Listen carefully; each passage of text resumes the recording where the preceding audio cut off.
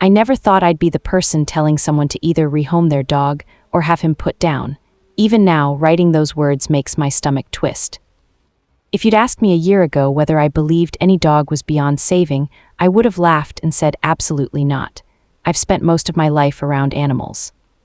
I grew up with dogs, volunteered at rescues whenever I had spare time, and even now I have 2 dogs of my own that are honestly my whole world.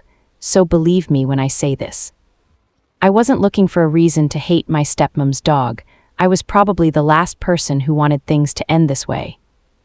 But after everything that's happened over the last 2 years, I honestly don't know what else could have been done. For some context, I'm 20 and my dad married my stepmom when I was in my early teens. She's 40 now and we usually get along pretty well. We've had disagreements like every family does, but nothing major. She has 3 younger kids with my dad, all under 12. They're energetic, loud, always running around the house. Basically everything a dog needs to be comfortable with if it's living in a family home. About 2 years ago, she came home with a deaf bully breed rescue. Nobody expected it. Dad didn't even know she was bringing him home until she pulled into the driveway. She'd seen him online and instantly fallen in love. He just needs someone to give him a chance, she kept saying.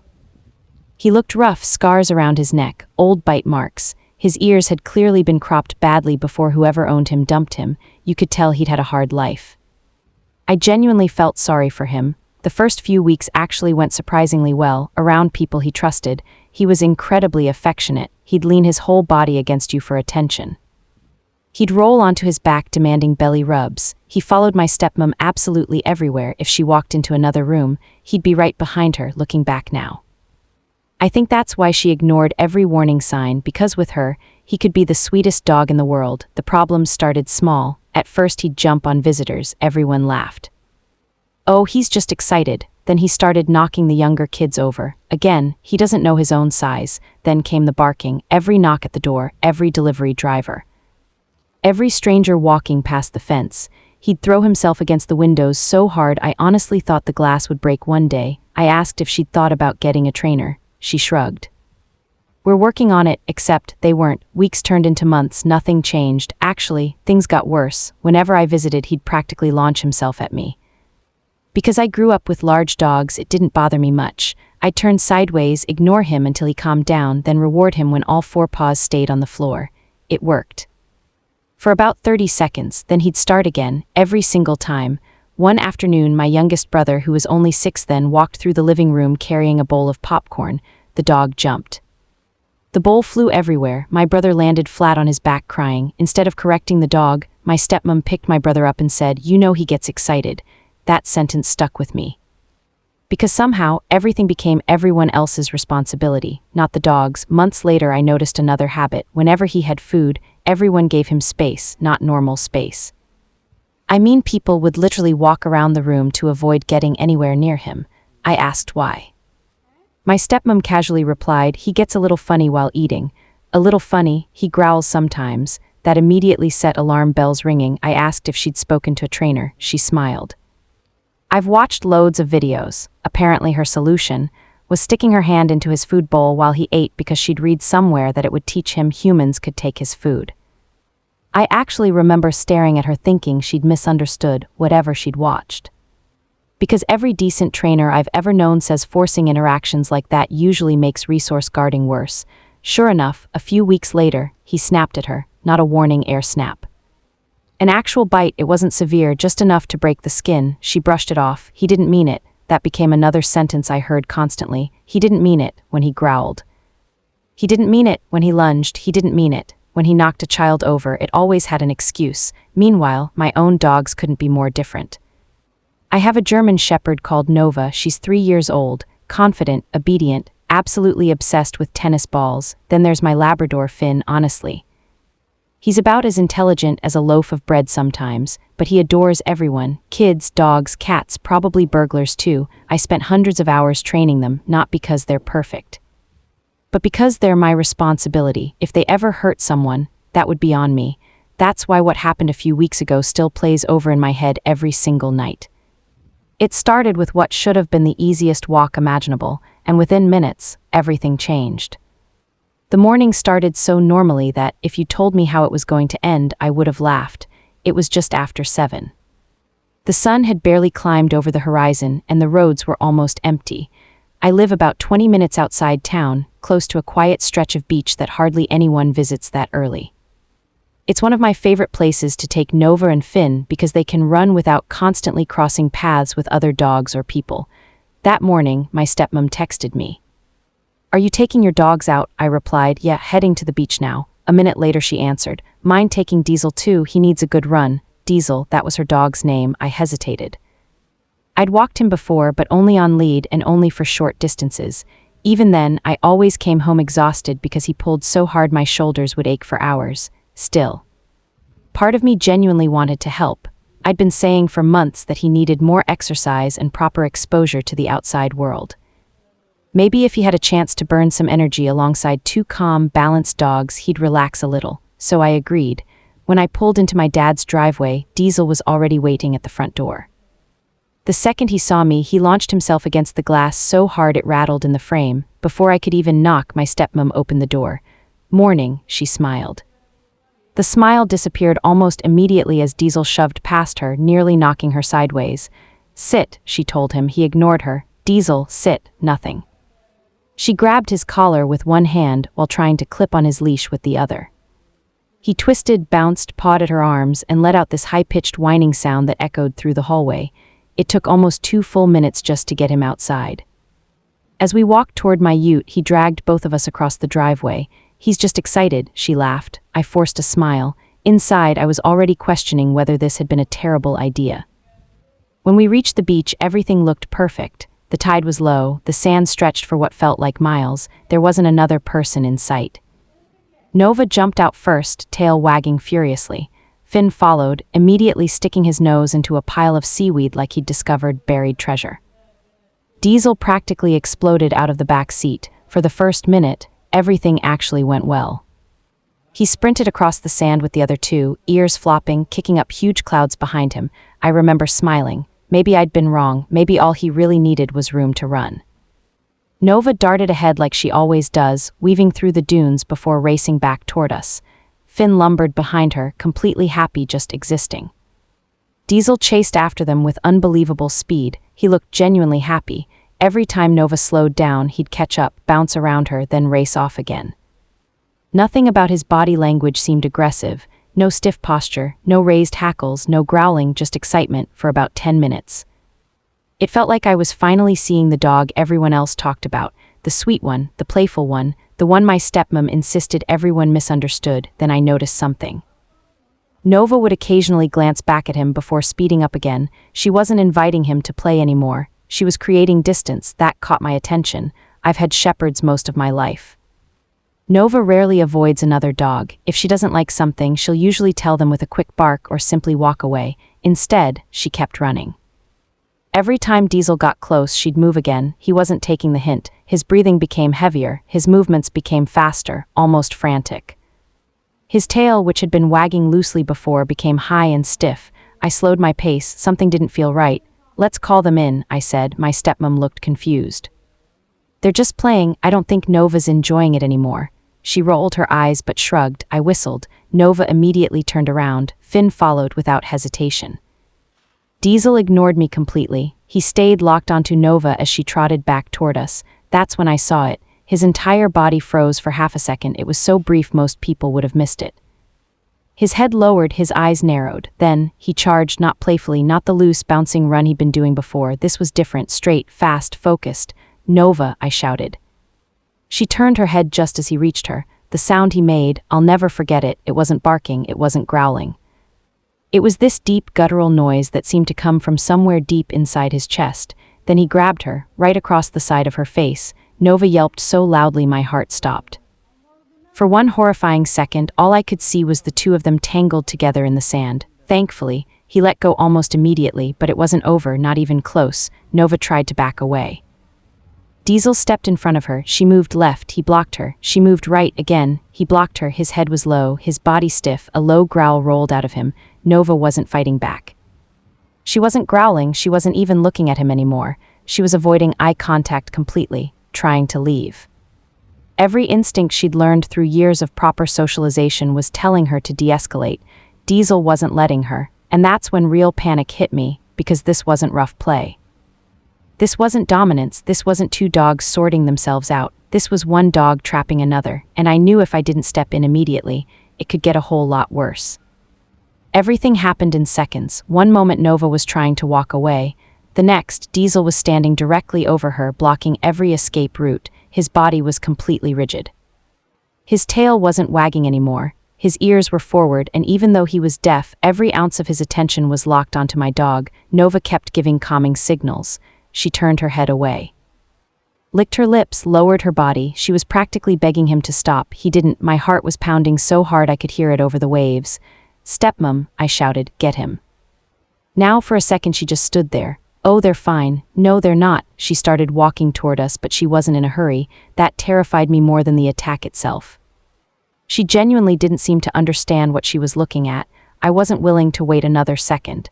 I stepped between them, keeping my body sideways so I wasn't facing Diesel head-on. I reached for his collar while keeping one eye on Nova. The instant my hand touched him, he spun around. For one awful moment, I thought he was going to bite me too. Instead, he snapped the air inches from my arm. It was enough. I grabbed his collar firmly and pulled him backward. "Nova, go." The second she had an opening, she bolted. She ran straight to Finn, who had been standing several meters away looking completely confused. Nova pressed herself against him, trembling. I'd never seen her scared of another dog before, not once. That alone told me everything I needed to know. Diesel fought against me with unbelievable strength. He wasn't trying to get away from me, he was trying to get back to Nova. Every muscle in his body was straining forward. His nails dug trenches into the wet sand. He kept throwing his weight toward her. "Put him on a lead," I yelled. "I forgot one," my stepmom said. I stared at her. "What?" "I forgot his leash." For a second I genuinely thought she was joking. "You brought an untrained dog here without a leash. He has a collar," as if that somehow made everything okay. She quickly pulled a spare rope from the back of her car and threaded it through itself to make a slip lead. The second she slipped it over his head, he exploded. He lunged toward Nova so hard that the rope snapped tight against his neck. He kept pulling, again. His front paws barely touched the ground. His breathing turned into choking gasps. "Let him have some slack," I shouted. "He'll get loose. He can't breathe." But Diesel didn't stop. He pulled harder and harder, completely ignoring the pressure around his neck. Within seconds I noticed something that made my stomach drop. His tongue, it was turning blue, his gums too. He was literally choking himself trying to reach my dog. "Stop," I yelled. "He's hurting himself." My stepmom was struggling to hold him. "I can't." Every time he hit the end of that rope, his whole body jerked backward before launching forward again. Nova was now standing behind me, shaking. Finn had quietly positioned himself beside her. Neither of them made a sound, neither tried to fight, they just wanted to leave. I knew standing there wasn't an option anymore. If Diesel slipped that rope, he'd be on Nova before anyone could react. Without thinking, I stepped forward. "I've got him." I reached underneath his chest with one arm. With my other hand, I grabbed the back of his collar, keeping his head pointed away from my face. The second his feet left the ground, he started thrashing. He wasn't a small dog, he was solid muscle, probably around 30 kilos. Every twist nearly knocked me off balance. Sand stuck to my shoes as I staggered toward the parking area. He kept growling, kept kicking, kept trying to twist around toward Nova. I wasn't trying to be gentle. I was trying to make sure nobody else got hurt. By the time I reached the car, my arms were burning. I carefully lowered him into the back. The moment I let go, he slammed himself against the windows trying to get out. The whole vehicle rocked. For a few seconds, nobody said anything.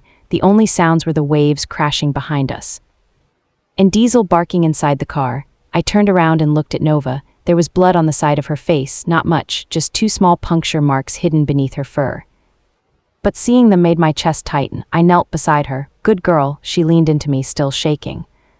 Finn quietly rested his head against her shoulder, almost as if he knew she needed comfort. My stepmom finally walked over. She glanced at Nova for less than 2 seconds before looking back at Diesel. "See," she said, "it wasn't that bad." I slowly stood up. "It wasn't that bad." He let go. I couldn't believe what I was hearing. He grabbed my dog's face. He was just correcting her. "No," I said, struggling to keep my voice calm. "He attacked her." She folded her arms. "You're overreacting." I looked back at Nova, then at the dog still throwing himself around inside the car, for the first time since she'd adopted him. I realized this wasn't just a dog problem anymore. It was an owner problem, and somehow, That scared me even more. The drive back was painfully quiet. I put Nova and Finn in my car first. Normally, the second we got in, Finn would curl up across the back seat while Nova sat by the window watching the world go by. Not that morning. Nova refused to lie down. She stayed standing, pressed tightly against the door, breathing faster than normal. Every few seconds, she'd glance toward my stepmom's car parked behind mine. I gently ran my hand over her neck. "It's okay, girl," she leaned into my hand, but she still wouldn't relax. That broke my heart. Nova had always been a confident dog. Loud noises didn't bother her. Busy parks didn't bother her. Even aggressive dogs barking behind fences had never fazed her, but after only a few seconds with Diesel, she looked terrified. When we reached my house, the first thing I did was bring both dogs inside. I grabbed the first aid kit from the bathroom and carefully examined Nova's face. The puncture wounds were small. Thankfully, Diesel hadn't held on long enough to tear the skin, but dog bites are deceptive. Tiny holes on the surface can hide much deeper damage underneath. I cleaned the wounds with saline while Nova sat perfectly still. She didn't flinch once. She just looked at me with those big brown eyes, almost like she was asking what she'd done wrong. "You didn't do anything," I whispered. "You were trying to walk away." Finn sat beside us the entire time. Every now and then, he'd gently lick Nova's ear before resting his head on my knee. Watching the two of them together made me even angrier. These dogs trusted me to keep them safe, and I'd willingly put Nova into a situation where she'd been attacked. Even if I'd had good intentions, I couldn't stop blaming myself. About an hour later, my phone buzzed. It was Dad. "Everything okay?" I sighed. "Did she tell you what happened?" "No. She just said there was a disagreement." "A disagreement?" I couldn't believe she described it like that. "Dad, Diesel attacked Nova." Silence. "What do you mean attacked?" I explained everything. How he'd chased her, how she'd tried to move away, how he'd grabbed her face, how he'd stood over her growling. Dad listened without interrupting. When I finally finished, he let out a long breath. "I'll talk to her. I don't think talking is enough anymore." He didn't answer. That worried me. Dad loved animals, but he also hated conflict. Most of the time, if he thought ignoring something would keep the peace, that's exactly what he'd do.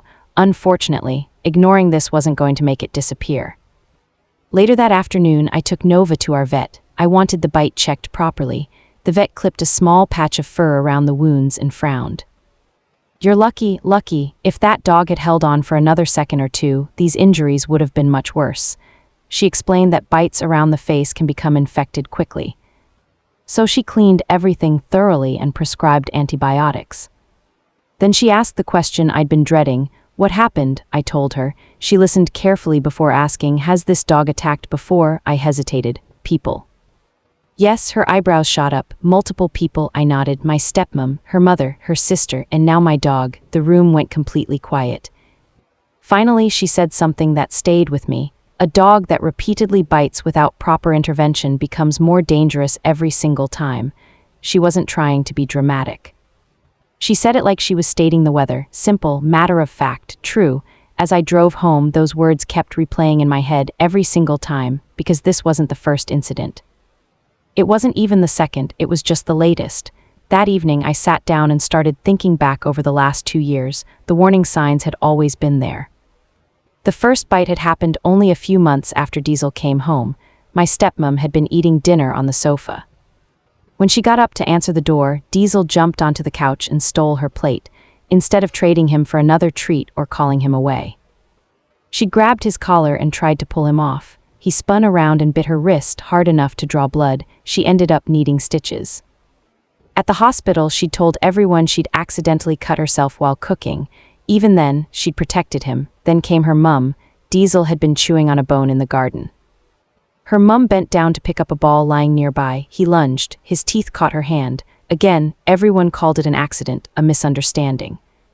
He was just protecting his bone. A few months later, her sister visited. She sat on the sofa beside Diesel. When she tried to move a cushion, he growled. She instinctively pulled the cushion toward herself. He bit her forearm, not badly, but enough to leave bruises and puncture marks. Still, nothing changed. No professional trainer, no behaviorist. No muzzle training, no management plan, just excuse after excuse. Sitting there that night, I realized something that made me feel sick. It wasn't that nobody had seen the pattern. It was that everyone had chosen to ignore it until now, because this time, it hadn't been a person, it had been my dog, and somehow I had a feeling this was only the beginning. I barely slept that night. Every time I closed my eyes, I saw the same moment over and over again. Nova lowering her head, trying to walk away, then Diesel lunging without warning. The sound of her yelp echoed in my head until nearly sunrise. When I finally drifted off, it couldn't have been for more than an hour before my phone started vibrating across the bedside table. It was Dad, I answered immediately. How's Nova? She's okay, I said quietly. The vet put her on antibiotics. He let out a relieved sigh. Good. For a few seconds, neither of us spoke. Then he said something I wasn't expecting. Your stepmom's really upset. I stared at the ceiling. Upset because her dog attacked mine? No, he hesitated. She's upset about how you handled Diesel. I sat upright. What? She said you grabbed him by the neck and carried him like he was nothing. I couldn't believe what I was hearing. Dad. He was trying to get back to Nova. I know, no, I don't think you do. I took a deep breath, trying to stay calm. If I hadn't picked him up, he would have gone straight back after her. Dad didn't argue. Instead, he quietly said, I understand why you did it, but she's saying you hurt him. That word, hurt, it made something inside me snap. Hurt him, I repeated. He bit my dog. He choked himself trying to attack her again. And somehow I'm the bad guy because I carried him to the car? Dad stayed silent. That silence told me everything. He knew I was right, he just didn't know how to deal with it. A few hours later, my stepmom called. The second I answered, she started talking. No hello, no how's Nova, nothing. I can't believe the way you treated my dog. I closed my eyes. Is that really why you're calling? You practically strangled him. I didn't. You lifted him by his collar. I supported his entire body. You were rough. I was trying to stop another attack, she laughed. Actually laughed, it wasn't an attack. I felt my jaw tighten. What would you call it? He was correcting her. No, he was asserting dominance. I couldn't help it, I interrupted her. That's not how dominance works, she sighed dramatically. You've been reading too much online. I almost laughed. I haven't been reading TikTok comments. I've spoken to trainers, vets, and people who have worked with difficult dogs. They're all wrong. They're all wrong. He's misunderstood. There it was again, that word, misunderstood. Every dangerous thing Diesel had ever done somehow became someone else's fault. The person who walked too close, the child who startled him, the family member who touched the sofa. The dog that ran away, everyone except Diesel, and more importantly, everyone except his owner. I took another deep breath. Can I ask you something? What? If Nova had bitten Diesel across the face, she didn't answer. If she then stood over him growling, still nothing. If she'd tried to attack him again while choking herself, silence. Finally, she said, Nova would never do that. Exactly. There was another long pause. Then she quietly replied, he's just different. No, I said firmly, he's dangerous. The line went completely silent. For a second I thought she'd hung up, then she spoke again. So what are you saying? I looked over at Nova, asleep on the living room rug with Finn curled beside her. The tiny shaved patch on her face where the vet had treated the bite caught my eye. I knew exactly what I was saying. I think you need professional help. We don't need a trainer. You absolutely do. We've managed him for 2 years. No. You've avoided situations for 2 years. Those weren't the same thing, not even close. She immediately became defensive. He's deaf. People don't understand him. I know he's deaf. You don't know how hard it is. I know it's harder, but being deaf doesn't make dogs aggressive. She didn't reply. It means training has to be different, not impossible. Again, silence. I could almost hear her breathing through the phone. Finally she said, so what? You think I should just get rid of him? I hesitated, because I knew once I answered, there'd be no taking it back. I spoke as calmly as I could. If you can't safely manage him. Then yes, her breathing became heavier. I continued before she could interrupt. He needs an experienced home, someone who understands severe behavioral issues. Someone who can safely handle him, and if nobody takes him, that question hit me like a punch. I swallowed hard. I don't know. She already knew what I meant. Neither of us wanted to say the words out loud, but they hung there anyway, heavy, unavoidable, and for the first time since the attack. I realized this conversation was about to change our family forever. Neither of us spoke for several seconds. I could hear her breathing on the other end of the phone, slow, uneven. Like she was waiting for me to take back what I just said. I didn't. Finally, she asked in a quiet voice, so you really think my dog should die? The question hit me harder than I expected. Because that wasn't what I wanted, not even close. I rubbed my forehead and took a deep breath. No, I don't want him to die. I want people to stop getting hurt. She immediately cut me off. He's never seriously hurt anyone. I couldn't believe she still believed that. He bit you badly enough that you needed stitches. That was my fault. He bit your mum. She shouldn't have gone near his bone. He bit your sister. She startled him. I closed my eyes. Every single bite had an excuse. Every single one. I spoke as calmly as I could.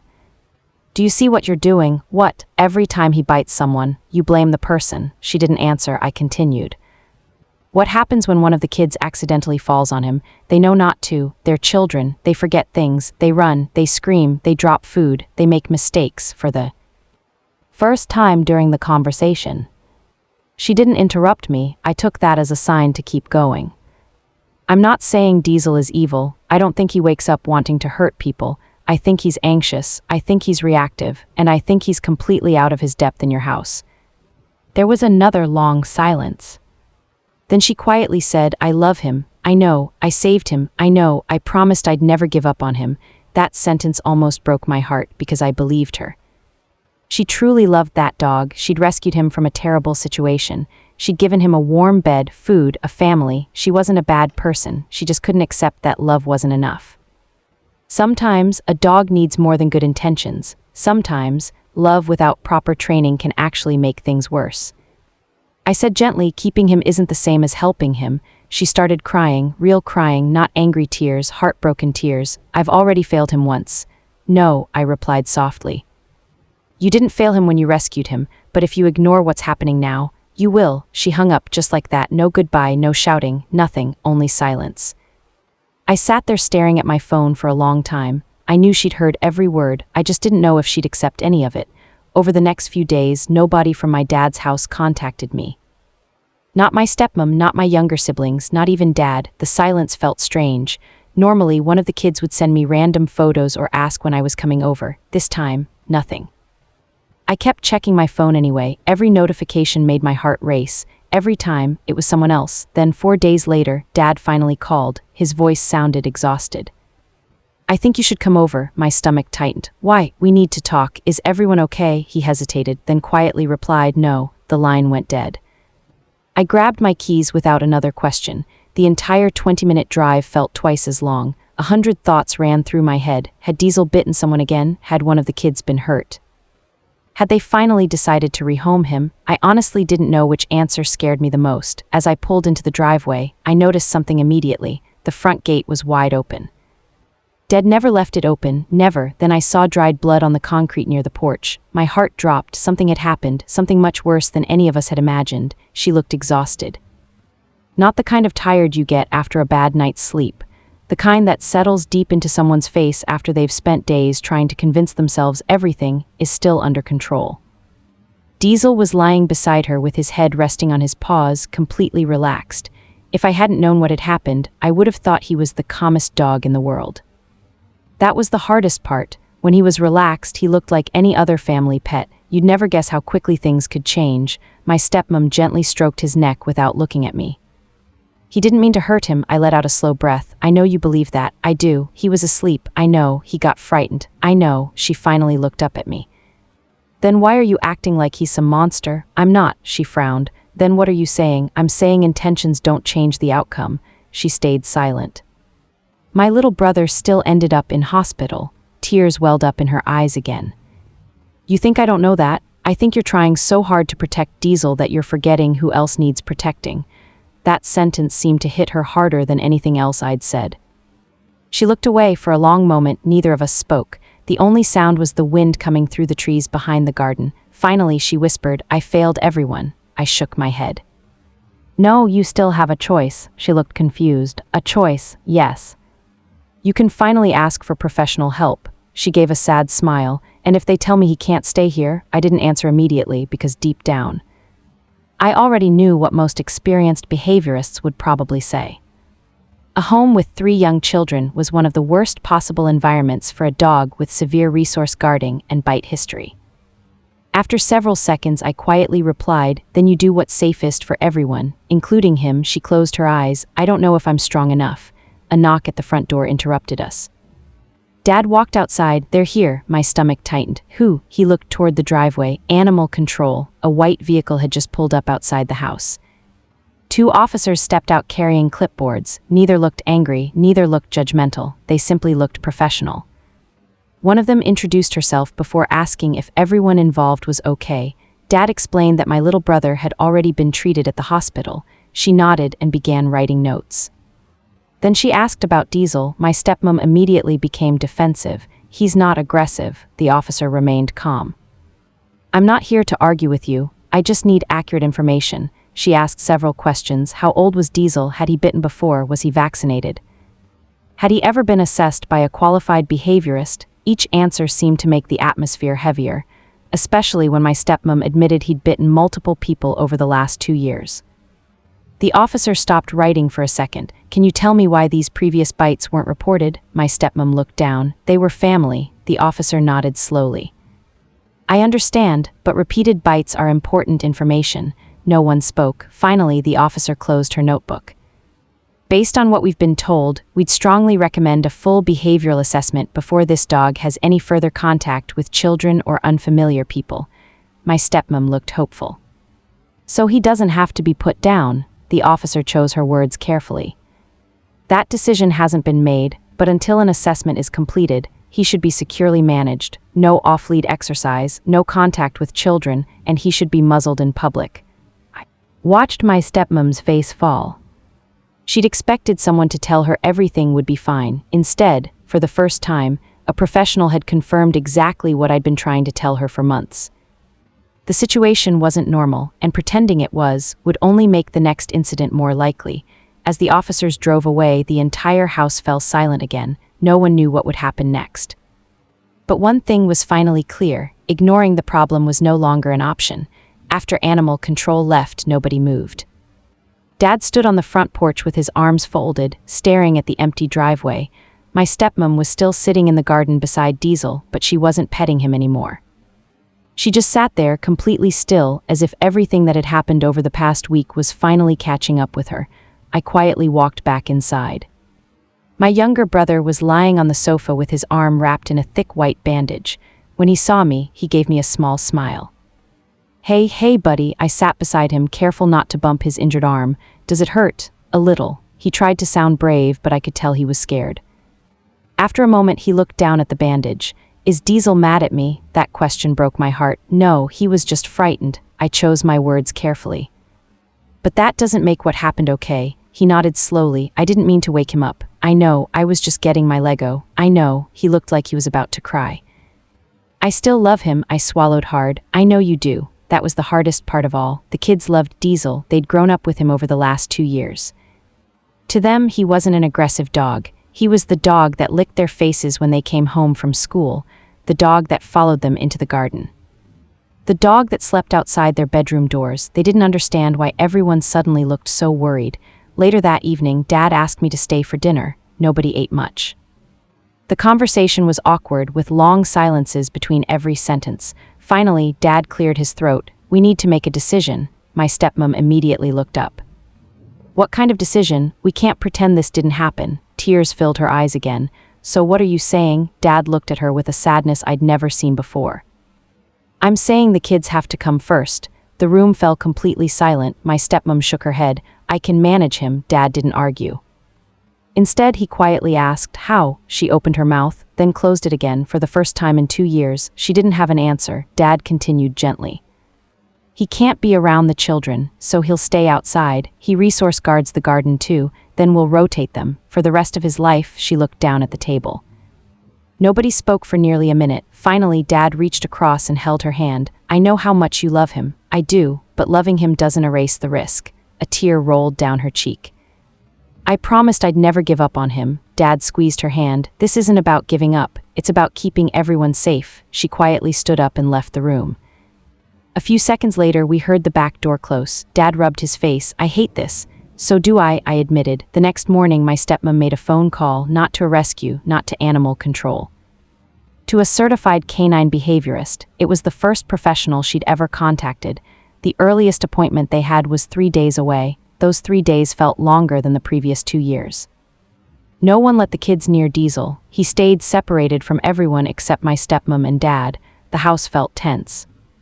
Like everyone was waiting for someone else to say what they were all secretly thinking. 3 days later, the behaviorist pulled into the driveway and deep down. I had a feeling that whatever they said next would change everything. 3 days later, right on time, a white SUV pulled into the driveway. A woman in her early 50s stepped out carrying a backpack, a training bag, and a clipboard. She introduced herself as a certified canine behaviorist with years of experience working with aggressive and reactive dogs. Before she even looked at Diesel, she asked everyone to sit down around the dining table. For almost 45 minutes, she didn't touch the dog once. Instead, she asked questions, lots of them. When did the first bite happen? How many people has he bitten? What situations trigger him? Has he ever been professionally trained? What exercise does he get every day? Does he wear muzzle in public? Every answer made the room quieter. When my stepmom admitted she'd never worked with a professional before, the behaviorist simply nodded and continued writing. She never judged, she never raised her voice. When the questions were over, she finally asked to meet Diesel. My stepmom brought him inside on a secure lead. At first, everything seemed normal. He sniffed around the room, wagged his tail once, then leaned against my stepmom. The behaviorist didn't rush toward him. She stayed calm, avoided direct eye contact, and watched every little movement. After several minutes, she quietly asked my stepmom to move a food bowl across the floor. The moment the bowl appeared, Diesel's body changed, his muscles stiffened, his breathing became heavier, his eyes locked onto the bowl, then onto everyone else. The behaviorist didn't move. She simply observed. A few moments later, she asked Dad to stand up. As Dad walked past the bowl from several feet away, Diesel let out a deep growl. Nobody had touched the food. Nobody had reached toward him, just walking nearby was enough. The behaviorist slowly nodded. I've seen enough. She asked my stepmom to take Diesel into another room.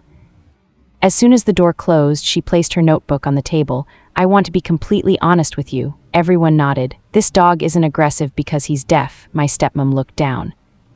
He's displaying multiple serious behavioral issues, including resource guarding, poor impulse control, and a significant bite history. She paused before continuing. None of these problems are impossible to manage, but they require an experienced owner, strict management, and a home that's suitable. She looked toward the hallway where the kids were playing quietly. This home isn't suitable. The words hit the room like a wave. My stepmom immediately started crying. So that's it, the behaviorist spoke gently. I'm saying he should not continue living in a home with young children. What if we keep them separated? Realistically, she shook her head. Someone will eventually forget to close a gate. A child will open the wrong door. One mistake is all it takes. No one argued because deep down, we all knew she was right. The behaviorist handed my stepmom a list of breed-specific rescues and experienced rehabilitation organizations. If an appropriate placement can be found, that would be my first recommendation. And if nobody can take him, the room became silent. She answered honestly. Then you'll have to discuss behavioral euthanasia with your veterinarian. Nobody spoke. Even hearing those words out loud felt heartbreaking. A week later, one of the rescue organizations called. They had an opening with an experienced foster handler who specialized in dogs with severe behavioral problems. There were no children, no other pets. The property was secure, and the handler had worked with dozens of difficult dogs before. It wasn't a guarantee that Diesel could be fully rehabilitated. But it was the safest chance he was ever going to get. The day he left was one of the hardest days I'd ever seen. My younger siblings cried as they hugged him goodbye. Even Dad had tears in his eyes. My stepmom knelt beside Diesel for several minutes, holding his face in her hands. I'm so sorry, she whispered. I really thought love would be enough. The handler gently clipped on a lead and walked Diesel toward the van. For just a second, he turned around and looked back at the family. Then he climbed inside without a fuss. As the van disappeared down the road, nobody said a word. A month later, my stepmom called me. It was the first proper conversation we'd had since everything happened. I owe you an apology, she said. I kept making excuses because I was scared. I thought admitting I couldn't handle him meant I'd failed him. I smiled sadly. You didn't fail him, you gave him the best chance you could. She took a deep breath, and you were right. I should have listened sooner. Nova made a full recovery. My little brother's arm healed with only a small scar. Diesel's rescue later sent an update saying he was adjusting well in his new environment, though they made it clear he would never be safe in a typical family home. Looking back now, I still don't hate Diesel. I never did. He wasn't evil. He was a powerful dog with serious behavioral problems living in the wrong environment. Sometimes loving an animal means keeping it, and sometimes the hardest act of love is admitting someone else can give it a safer life.